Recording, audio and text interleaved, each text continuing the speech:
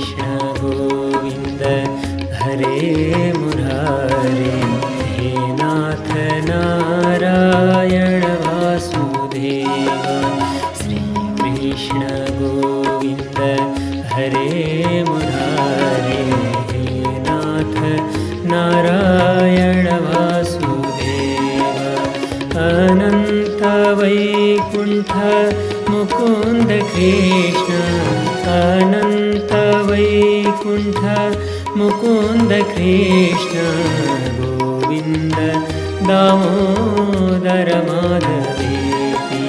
श्रीकृष्ण गोविन्द हरे मुरारे, हे नाथ नारायण वासुदेव, हे नाथ नारायण वासुदेव, हे नाथ नारायण वासुदेव।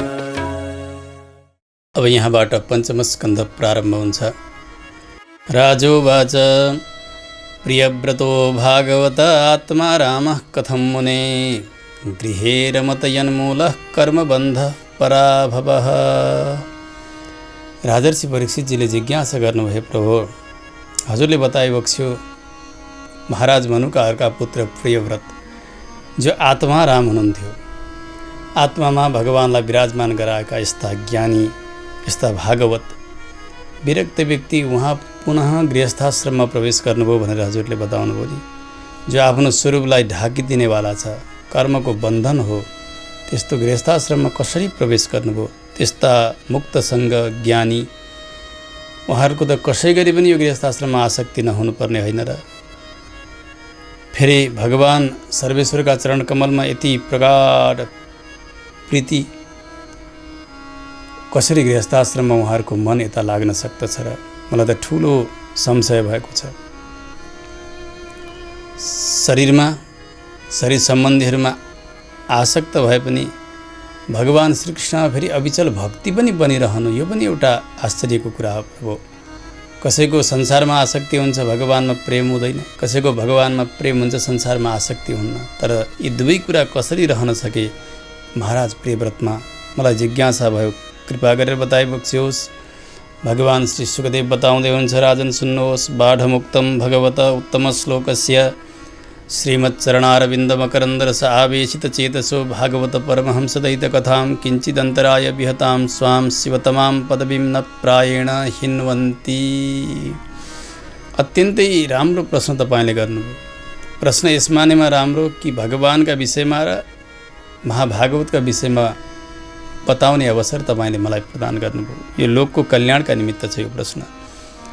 भगवान उत्तम श्लोक त्यस्ता भगवानका चरणारविन्दमा आफ्नो मन अर्पण गर्नुभएका जो महाभागवत प्रियव्रत जस्ता उहाँहरूका जीवनमा अनेक प्रकारका विघ्नहरू आइरहँदा पनि उहाँहरूले आफ्नो कल्याणको मार्गलाई, भगवत प्रेमलाई, भगवत भक्ति मार्गलाई कहिल्यै त्याग्नुहुन्न। संसारमा के हुन्छ भने अलिकति आपत्ति आयो भने यो ईश्वर त रहेन रहेछ, यसले त हेर्दा पनि हेरेन भनेर तत्काल व्यक्तिले आफूले गर्ने नित्यकर्म, पाठ, पूजा, भजन, कीर्तन सबै छोडिदिन्छन्।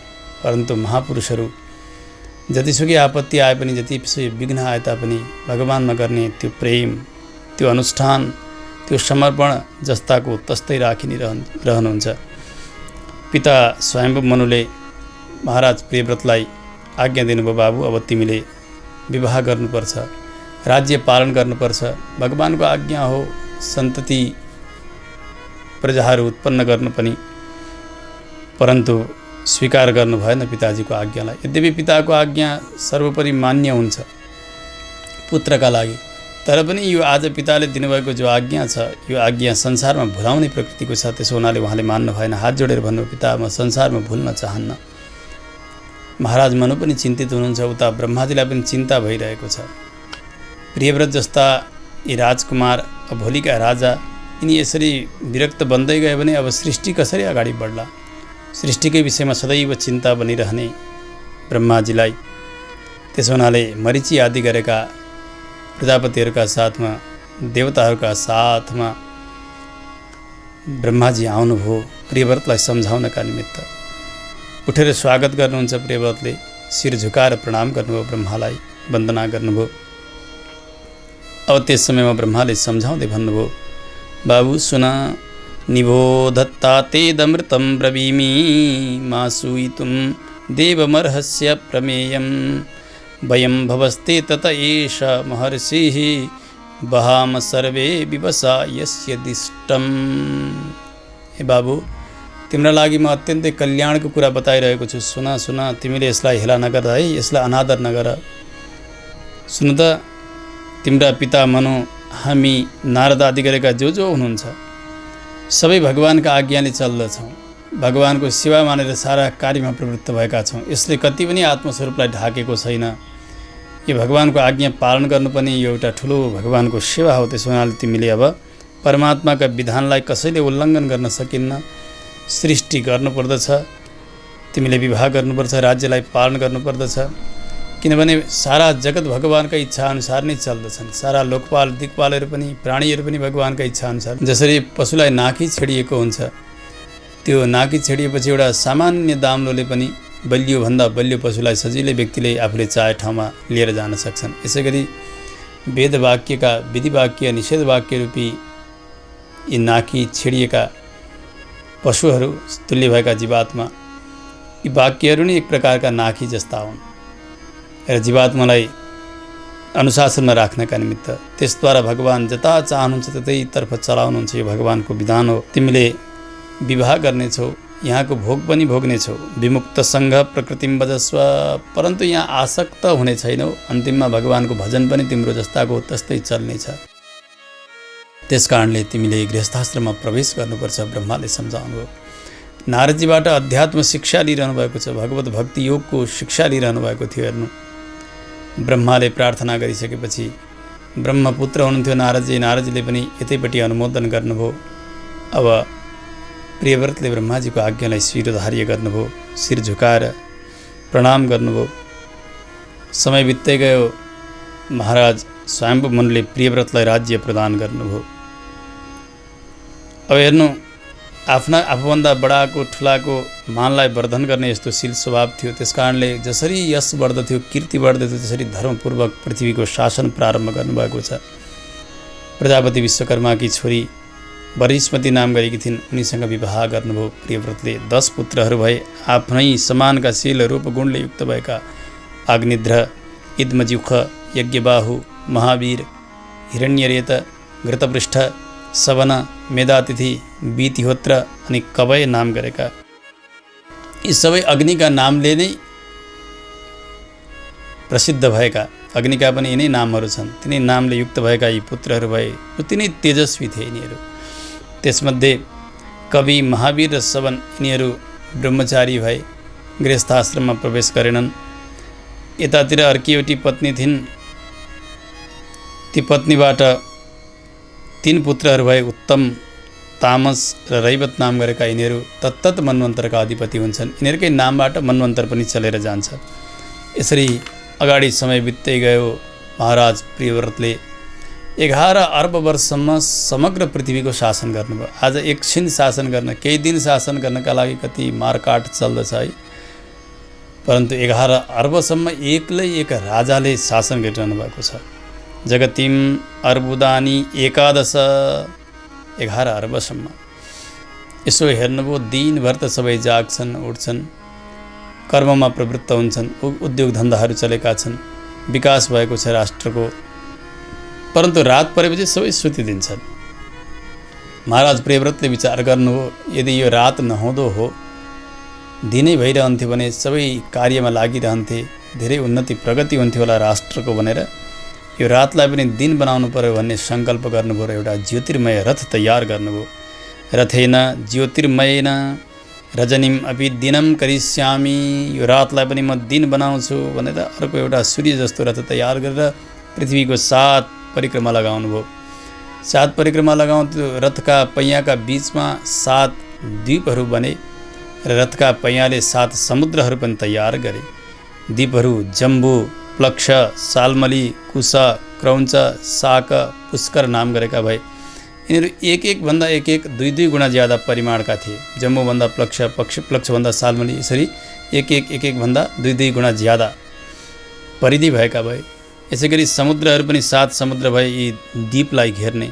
क्षारोद, इक्षुरसोद, सुरोद, घृतोद, क्षीरोद, दधिमण्डोद, शुद्धोद, एउटा त नुनिलो जल भएको क्षार सागर त्यस्तो बन्यो।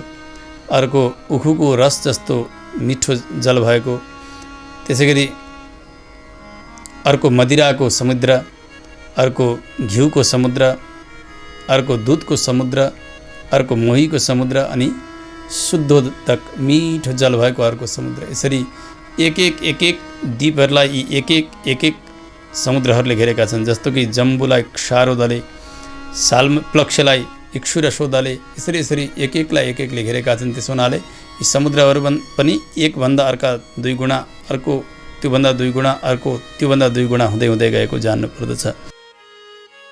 7 द्वीप भए। 10 भाइ पुत्रहरूमध्ये 3 त ब्रह्मचारी छँदै थिए, अरू त अरू मनवन्तरका अधिपति बन्न छँदै थियो। जो बाँकी 7 थिए,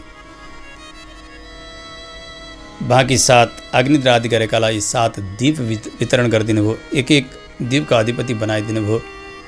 यता छोरी थिइन् ऊर्जस्वती नाम गरेकी, शुक्राचार्यलाई विवाह गरेर दिनुहुन्छ। यसै गरी अब यो वंश पनि अगाडि बढ्दै जान लाग्यो।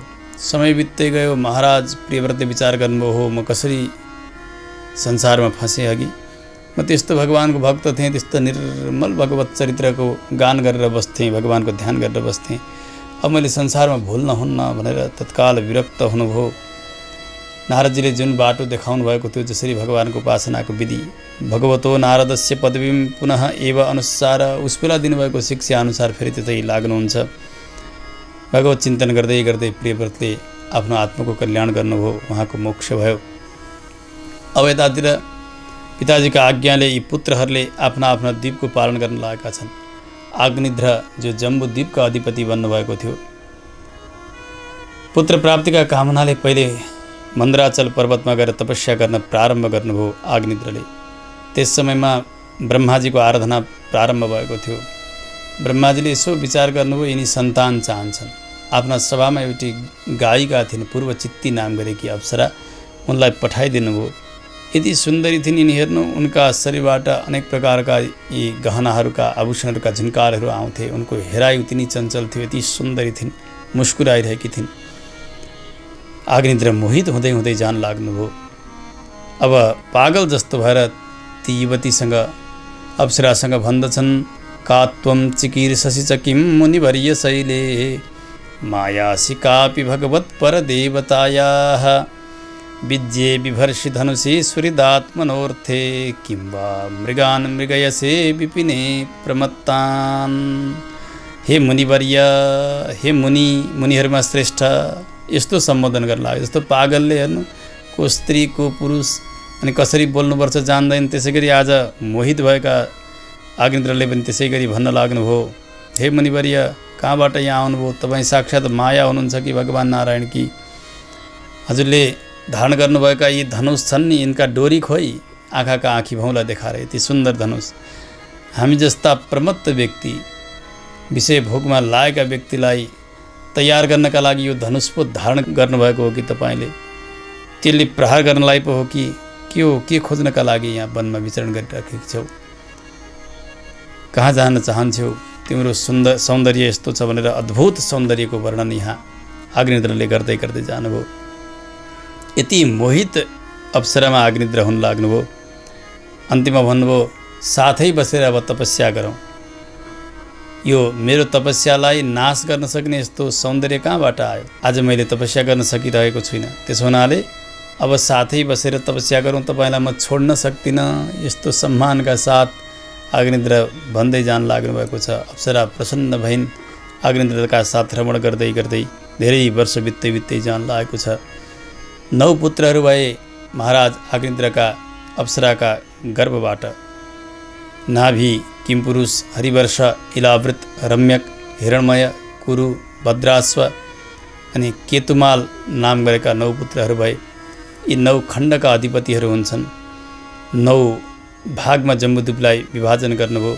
एक भाग 9 पुत्रहरूलाई वितरण गरिदिनु भयो अग्निन्द्रले। मेरुकी 9 कन्याहरू थिए, उनीहरूका साथमा यी 9 पुत्रहरूको विवाह गराइदिनु भयो। अब वैराग्य आयो, तर पनि परलोकमा भएका अरू कुनै लोकमा गएर केही सुख भोग्ने इच्छा चाहिँ यिनमा छँदै थियो। निष्काम भक्ति थिएन, किनभने ब्रह्माको उपासना गरेका थिए नि। ब्रह्माको उपासना भनेको राजसी उपासना हो। राजसी उपासनाद्वारा मुक्ति हुन्न, मोक्ष केवल भगवान नारायणको उपासनाद्वारा हुन्छ। त्यस कारणले आज उत्तम लोक त मिल्यो, स्वर्ग आदि सुख गएर पितृलोकमा गएर वहाँको भोग भोगेर नि बस्न लागेका छन्।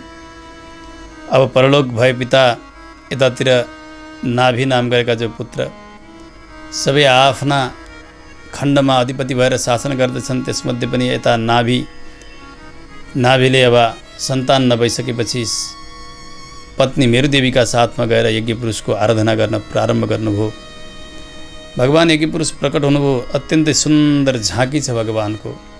भगवान श्रीवत्स चिन्ह, किरीट कुण्डल, हार नुपुर इत्यादिले युक्त भएर भगवान आउनुभएको छ। त्यहाँ भएका ऋत्विजहरू जो थिए याज्ञिकहरू सबैले उठेर षोडशोपचारद्वारा सेवा गरे। राजाले सेवा गर्नुभयो। भगवानले भन्नुभयो, प्रसन्न छु, वरदान माग्नुहोस्, के चाहनुहुन्छ महाराज। राजा त केही बोल्न सकिरहनु भएकै छैन, लज्जित भइरहनु भएको छ। ऋत्विजहरूले खुब भगवानको स्तुति गर्दै गर्दै भन्न लागे, हाम्रा मुखबाट जतिसुकै आपत्ति परेका समयमा पनि हजुरकै नाम उच्चारण मात्र भइरहोस्। संसारको कहिल्यै सम्पत्तिका समयमा त परै जाओस्, आपत्तिका समयमा पनि हजुरदेखि अतिरिक्त हाम्रा मुखले कसैको भजन नगरोस्। यस्तो कृपा हजुरले गर्दै बक्सियोस्। अथ कथञ्चित् स्खलन च्युतपतन जृम्मण दुरवस्थानादिषु विवशानां न स्मरणाय ज्वर मरणदशायामपि सकल कस्मन निरसनानि तव गुणकृतनाम ध्येयानि वचन गोचराणि भवन्तु। कस्तो उत्तम वरदान यिनीहरूले मागिरहेका छन्। प्रभु, कहिले हाच्छिउँ आउँछ, कहिले स्खलन भएको हुन्छ, कहिले लडिएको हुन्छ, कहिले हाई आउँछ, कुनै आपत्ति आउँछ, डरलाग्दो रोगहरूले गाँजेको हुन्छ, ज्वरो आएको होला, मरण दशामा पुगेको होला, अनेक कष्टहरू आइरहँदा पनि सबै प्रकारका कष्टलाई नाश गर्ने हजुरका मङ्गल नाम हाम्रा मुखबाट उच्चारित भइरहन्। राजालाई सोध्नुभयो भगवानले, के चाहनुहुन्छ तपाईँ चाहिँ। राजा केही बोल्न सकिरहनु भएको छैन। ऋत्विजहरूले नि भनिदिए, प्रभु, हाम्रा राजाले हजुर जस्तै पुत्र पाऊँ भनेर यो यज्ञ गर्नुभएको। किञ्चायम राजर्षिः अपत्यकामः प्रजां भवादृशिं आशा सान। हजुर जस्तै पुत्र पाउनका लागि भगवानले हाँस्दै भन्नुभयो, अत्यन्तै दुर्लभ वरदान मागे तिमीहरूका राजाले। म जस्तो त संसारमा अर्को कोही छँदै छैन, केवल म मात्र छु, अद्वितीय छु।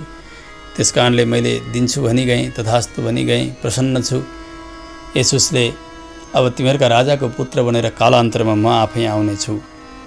भगवान तथास्तु भन्नुभयो, जानुभयो। त्यहाँबाट समय बित्दै गयो, यज्ञ पूर्ण भयो। नाभिकी पत्नी मेरुदेवीका गर्भबाट भगवान साक्षात जगदीश्वर नारायण नै ऋषभदेवका रूपले अवतार ग्रहण गर्नुहुन्छ। अत्यन्तै मङ्गल समय भएको छ। त्यस समयमा ऋषभदेव भगवानको जन्म भयो। सारा देवताहरू आएर यसो हेर्दछन्। भगवल लक्षणम, हातमा चरणमा सर्वत्र भगवानका लक्षणहरू देखा परे साक्षात भगवानकै अंशावतार हुनुहुन्छ भनेर निश्चय गर्नुभयो देवताहरूले। पिताजीले ऋषभ यस्तो नाम दिनुभएको थियो। कारण के थियो भने एक समय यो अजनाब वर्षमा इन्द्रले वर्षा गरेनन्।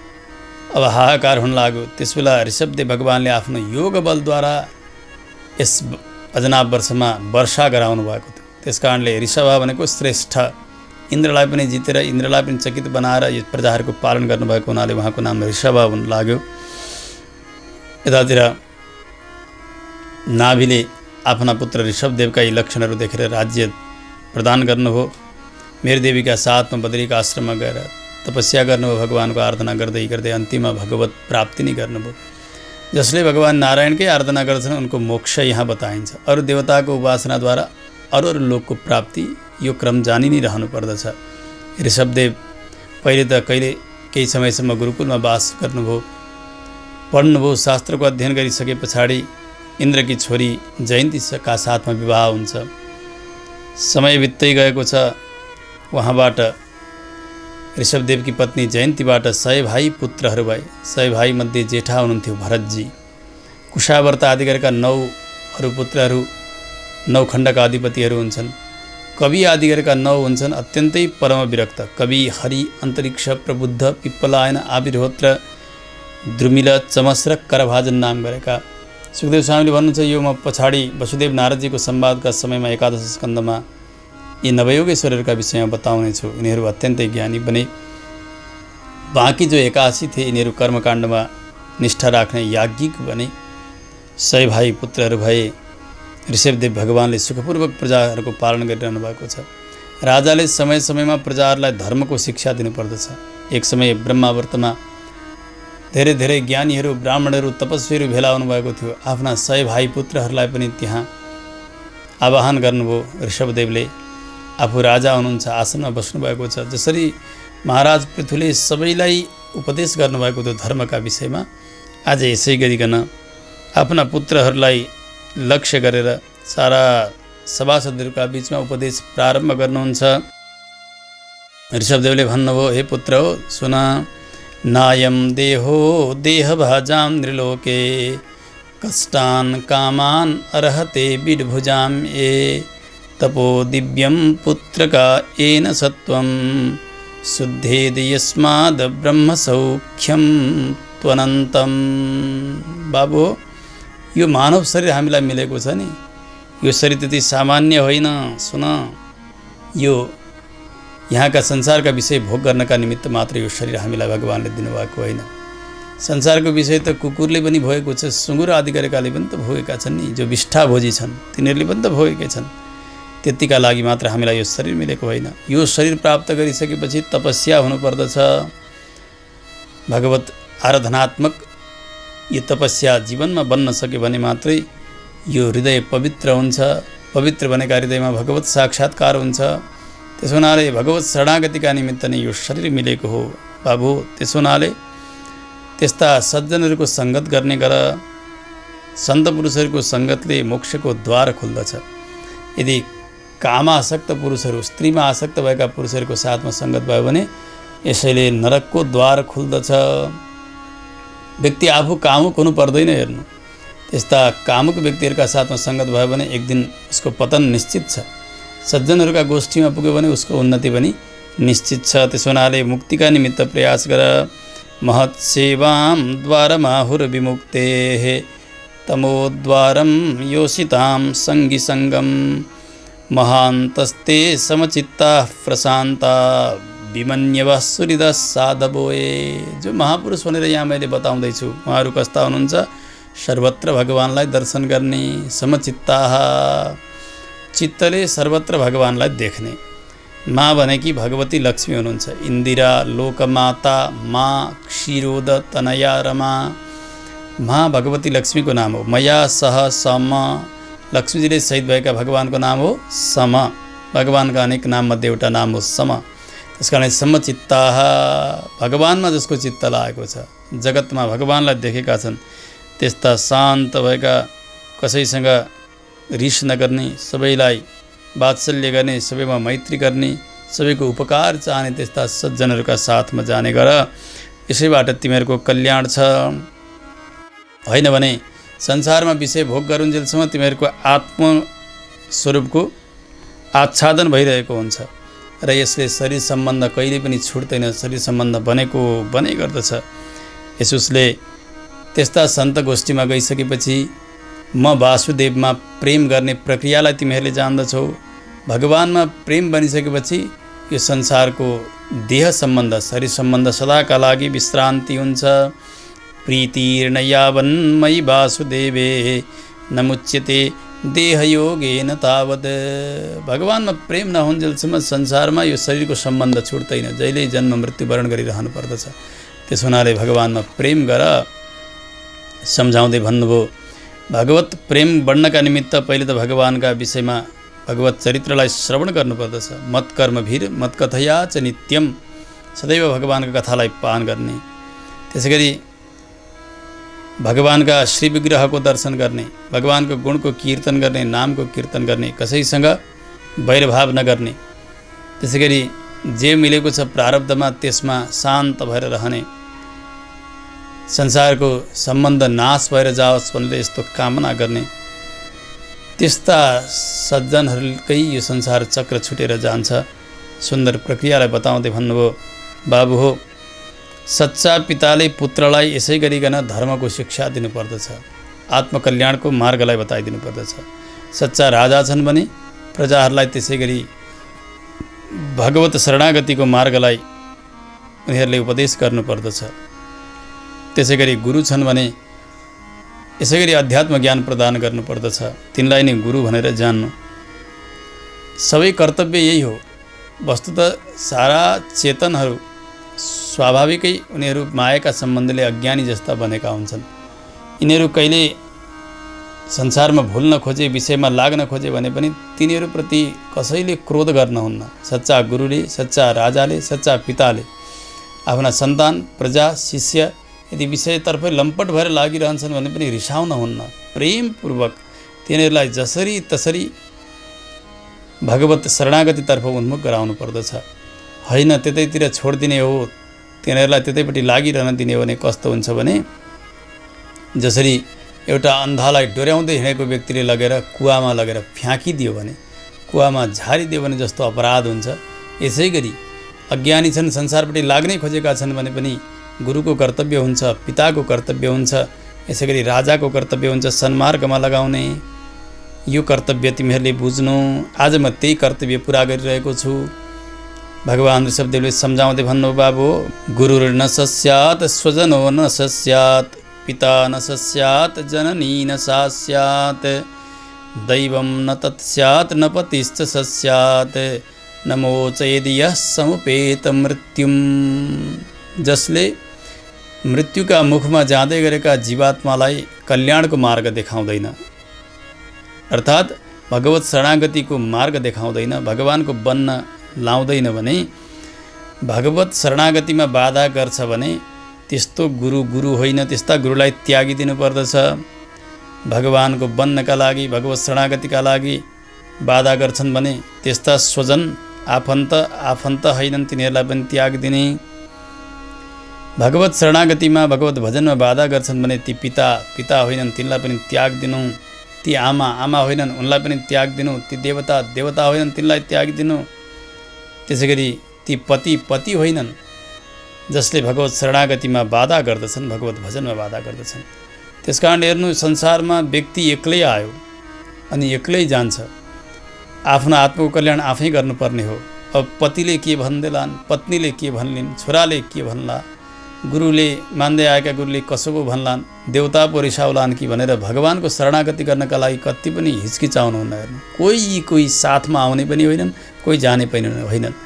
गुरु तिनै हुन् जसले कल्याणको मार्ग देखाउन्, भगवानलाई चिनाइदिउन्, भगवानसँग नाता जोडाइदिनु। वास्तविक आचार्य, वास्तविक गुरु भनेका तिनै मात्रै हुन्। हेर्नु, संसारमा फसाउने र भगवानका विरोधी र भगवानका भागवतजनका विरोधी गुरु होइनन्, तिनीहरूलाई तत्कालै त्यागिदिनु पर्दछ।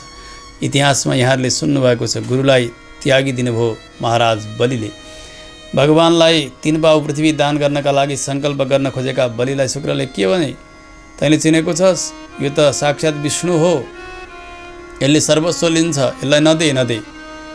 त्यस्ता भगवत विरोधी गुरुलाई तत्कालै त्यागिदिनु भयो बलिले, अनि बलिको कल्याण भयो। त्यस्ता संसारी गुरुहरू छन् भने त्यागिदिनुपर्छ। हेर्नु, यसै गरी स्वजनलाई पनि त्यागिदिनुपर्छ।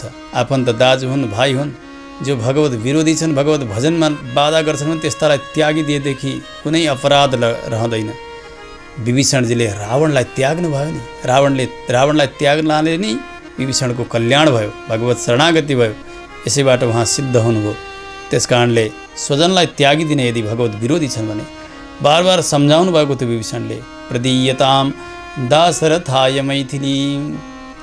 दाजु, तपाईँले नगर्ने काम गर्नुभयो, अपराध गर्नुभयो, त्यसो हुनाले तपाईँले रामजीकी धर्मपत्नी सीतालाई तत्कालै लगेर दाशरथी रामलाई समर्पण गरिदिनुहोस्, यसैमा कुलको कल्याण छ। सम्झाउँदाखेरि खुब पिटाइ गर्यो, तिरस्कार गर्यो, धिक्कार्यो, तत्कालै छोडिदिनु भयो। त्यस्ता दुष्टलाई विभीषणजीले रामजीका शरणमा आउनुभयो। समर्थ रामजीको शरणागति गर्नाले गर्दा विभीषणको कल्याण भयो। त्यसो हुनाले आफन्त हुन्, दाजुले के भन्लान्, भाइले के भन्लान् भनेर आत्मकल्याणको मार्गमा कहिल्यै प्रतीक्षा गरेर बस्नुहुन्न। त्यस्तालाई तुरुन्तै त्याग दिनुपर्छ। कोही न साथमा आएका थिए, न कोही साथमा जान्छन्। पितालाई त्याग दिनुभयो प्रह्लादजीले हेर्नु हिरण्यकशिपु आजीवन भगवानसँग द्रोह गर्दथ्यो। भगवानका भक्तप्रति, धर्मप्रति, गाई, वेद, ब्राह्मण सबैको निन्दा गर्ने, सबैलाई दुःख दिने यस्ता दुष्ट पितालाई प्रह्लादले त्यागिदिनु भयो। प्रह्लादको कल्याण भयो।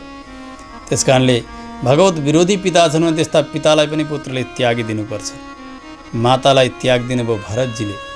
कैकेयी जसले रामजीलाई तत्कालै राज्याभिषेककै दिन वनवासी बनाइदिनु भयो। भरतजीलाई यो पीडा सह्य भएन। हेर्नु, जब मामा घरबाट आउनुभयो, पिताको त्यही कारणले शरीर छुटेको थाहा पाउनुभयो। भगवानको वनवास आफ्नी आमा नै यसका लागि कारण। उहाँलाई सहन भएन। त्यस्तै आमालाई त एउटी चण्डी होस्, कलङ्क होस्, कुल्की भनेर त्याग दिनुभयो भरतजीले। त्यसो हुनाले हेर्नु, आमा भएर पनि भगवत विरोधी छिन्, भगवानको बन्नबाट रोक्छिन्। नखाइकन हुन्न है, चिची पापा खानुपर्छ, भजन गर्लास्, मन्त्र सुन्लास्, वैष्णव बन्लास् भन्छन् भने त्यस्तालाई तत्कालै त्यागिदिनुपर्छ। ती आमा होइनन्। शास्त्रले यही नै बताएका छन्। भरतजीले त्याग दिनुभयो हेर्नु भगवत विरोधी आमालाई। यसै गरी देवता भएर पनि भगवानको बन्नमा बाधा गर्छन् भने, उपासनामा बाधा गर्छन् भने त्यस्ता देवतालाई पनि त्याग दिनुपर्दछ। महाराज खड्वाङ्ग देवताका पक्षमा लागेर युद्ध गर्नुभयो दैत्यहरूसँग। धेरै धेरै असुरहरू मरे। देवताहरूले वरदान माग्नुहोस् भनेर सोध्छन्। खड्वाङ्गले भन्नुभयो, तपाईँहरूले दिएको वरदानले मलाई के काम दिन्छ र? बताइदिनुहोस् आयु कति छ मेरो? देवताहरूले भने, महाराज तपाईँको 2 घडी आयु छ जम्मा। त्यसो भए मलाई कोही वरदान चाहिएको छैन, तत्काल लगेर अयोध्यामा सरयू नदीका तटमा लगेर छोडिदियो। वायु वेगद्वारा विमानमा राखेर लिएर आए देवताहरूले। 2 घडीमै सरयूमा स्नान गरेर, आचमन गरेर, प्राणायाम गरेर, पद्मासन कसेर भगवत ध्यान गर्दा गर्दै 2 घडीमै उहाँले आत्मकल्याण गर्नुभयो। देवतालाई त्याग दिनुभयो खड्वाङ्गले। यो पनि त उदाहरण छ नि। यस्तै प्रकारले भगवानको शरणागति गर्नका निमित्त बाधा गर्छन् यदि पतिले भने, त्यस्ता पतिलाई पनि त्याग दिनु। यो पति उपलक्षण हो। यदि पत्नीले बाधा गर्छन् भने त्यस्तै पत्नीलाई पनि त्यागिदिनुपर्छ। शास्त्रले यही नै बताएका छन्। न पतिश्च सस्यात् न मोचयेद यः समुपेत मृत्युम। पतिलाई कसले त्यागे? भगवान वनमा गाई चराउन जानुभएको थियो। बालकहरूलाई भोक लाग्यो। श्रीदामा तोककृष्ण आदि गरेका बालकहरूले भगवान श्रीकृष्णसँग भने, हामीलाई भोक लाग्यो, केही भोजनको व्यवस्था गर। भगवानले भन्नुभयो, यहाँबाट अलि अगाडि जाओ, यज्ञ गरेर बसेका ब्राह्मणहरू छन्, उहाँ गएर भोजनको याचना गर। गएर ब्राह्मणहरूसँग भोजन माग्छन्। भगवान श्रीकृष्ण र बलरामजीको नाम लिएर ब्राह्मणहरूले वास्तै गरेनन् ती बालकहरूलाई। फर्केर आए।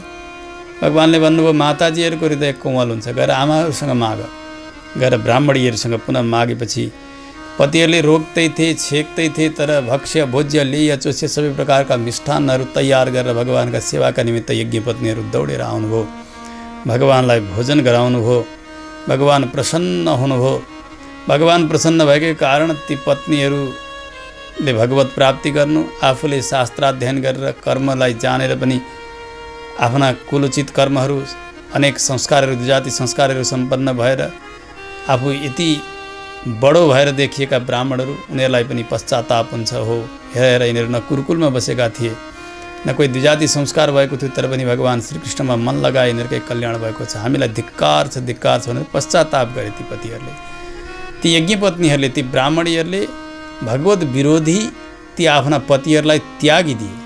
यो उदाहरण हामीले जानेकै छौँ, सुनेकै छौँ। त्यसकारणले हेर्नु, भगवानको बन्नका निमित्त यदि कोही अपराधी त्यस्ता स्वजन, पिता, पति अथवा पत्नी, गुरुका नाममा कलङ्कहरू छन् भने त्यस्तालाई त्यागिदिएर नै भगवानका शरणमा जानुपर्दछ। आज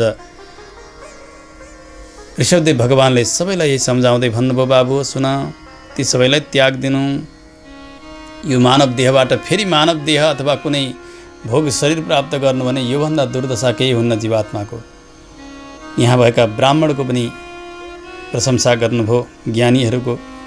एक तृण, वृक्ष इत्यादि जलचर आदि गरेका जन्तुहरूमा उत्कृष्टको क्रम बताउँदै ब्राह्मण सर्वोपरि, देवताहरूमा शङ्करजी श्रेष्ठ।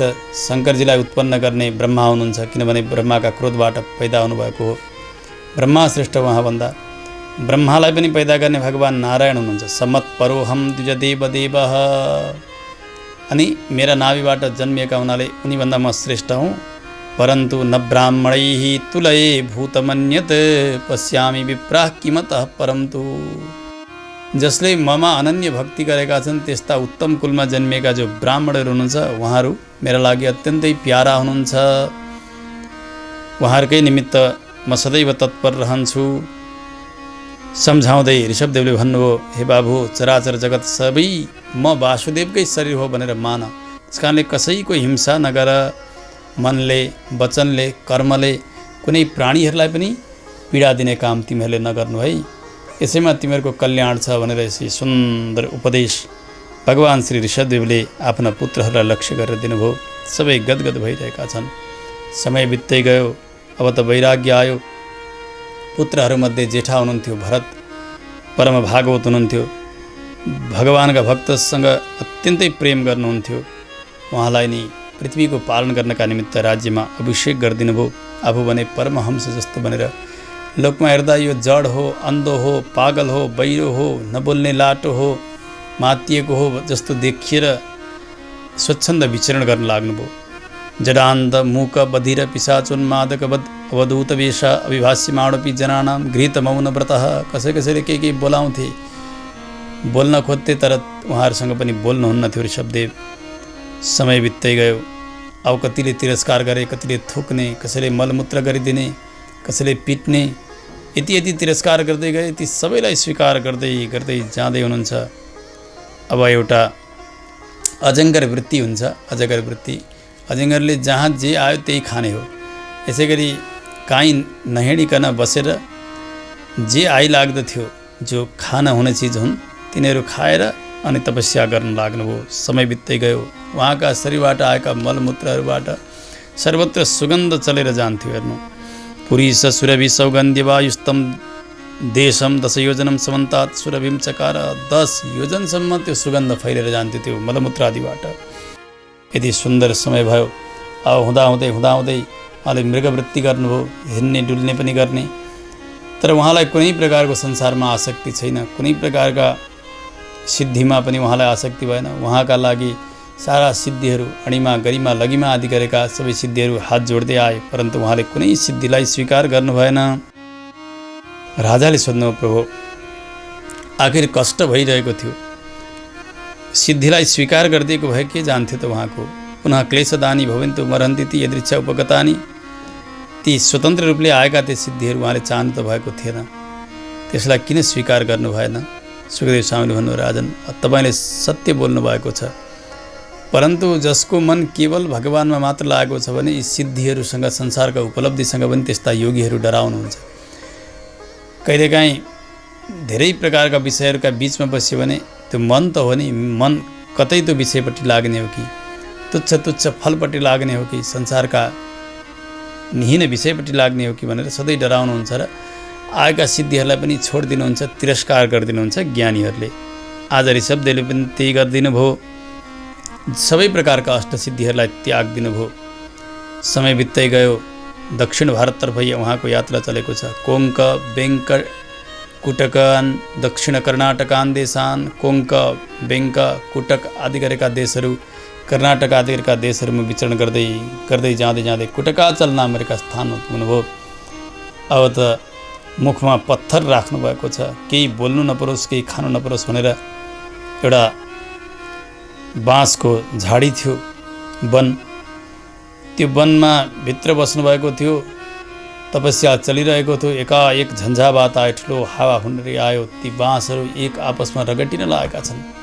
त्यहाँबाट अग्नि प्रकट भयो, आगो लाग्यो। त्यो वनमा अग्नि ज्वलित भयो। त्यो अग्निमा जलेर आफ्नो शरीरलाई त्याग गर्नुभयो। भगवत चिन्तन गर्दै हुन्थ्यो। स्वयं भगवानकै अंशावतार हुनुहुन्थ्यो। उहाँ आफ्ना मूल स्वरूपमा प्राप्त हुनुहुन्छ। सुखदेव स्वामीजीले भन्नुभयो, ऋषभदेव भगवानले जुन यो अन्तिम मार्गलाई अन्तिममा चरितार्थ गर्नुभयो, चरित्रमा उतार्नुभयो, त्यसलाई एक अर्हत नाम गरेका राजाले स्वीकार गर्नुभयो। यसैबाट अर्हत एउटा परम्परा चल्यो। अर्हत परम्परा भनिन्छ, जसलाई जैन परम्परा भनिन्छ। राजा अर्हन नाम उपशिक्ष कलो अधर्म उत्कृष्यमाणे भवितव्येन विमोहितः। धेरै हिंसा बढ्न लागिसकेपछि अहिंसाको शिक्षा दिनका निमित्त त्यहाँबाट एउटा जैन सम्प्रदाय प्रारम्भ हुन लाग्यो। यस्तो सुन्दर चरित्र सुनाउँदै भन्नुभयो। हे राजन, भगवान श्री ऋषभदेवको यो पावन चरित्र लोकलाई मङ्गल गर्नेवाला छ, कल्याण गर्नेवाला छ, भगवानमा भक्ति बढाउनेवाला छ। तपाईँलाई यहाँ मैले सुनाएँ। त्यस्ता भगवान सर्वेश्वर ऋषभदेवलाई बार बार वन्दना छ। यसरी साप्ताहिक अनुष्ठानका क्रममा यहाँसम्म द्वितीय दिवसको कथा प्रसङ्ग पूर्ण हुन्छ।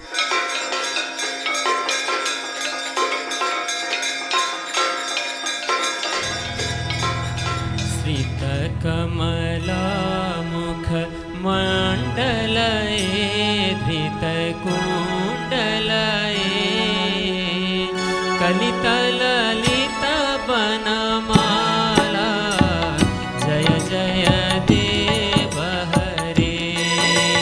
कलितललित बनमाला जय जय देव हरे। मंडल मंडनाए भव खांडनाए मुनिजन मानस हंस जय जय देव हरे। मुनिजन मानस हंस जय जय देव हरे।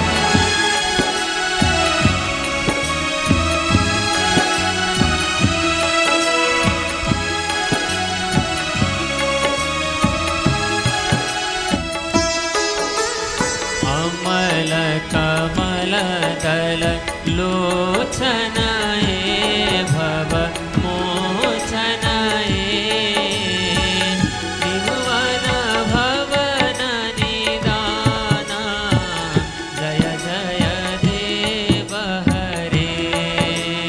त्रिभुवन भवन निदाना जय जय देव हरे। जनक सुता भूषणाए जित दूषणाए समर समित दस कंठ जय जय देव हरे। समर समित दस कंठ जय जय देव हरे।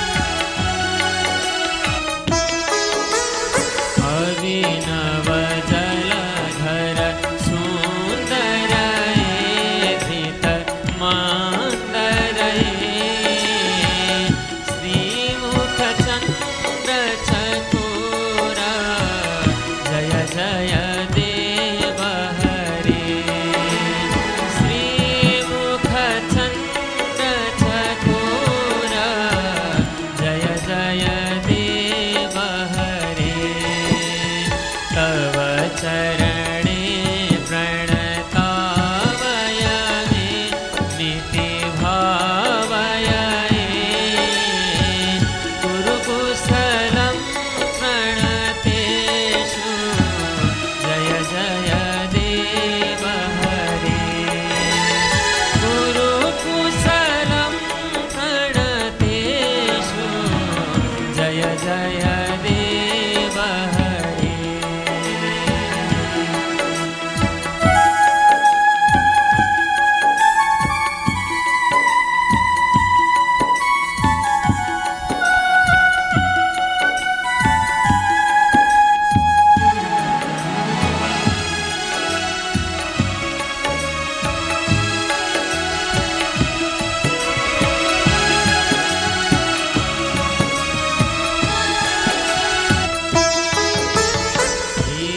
जय देव कवेरिदं कुरुते मुदं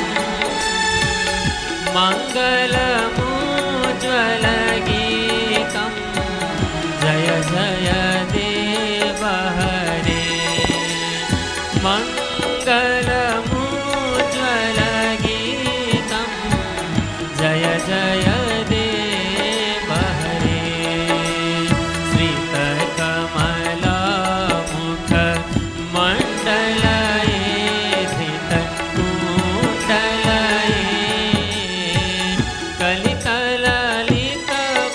कलितललितवनमाला जय जय देव हरे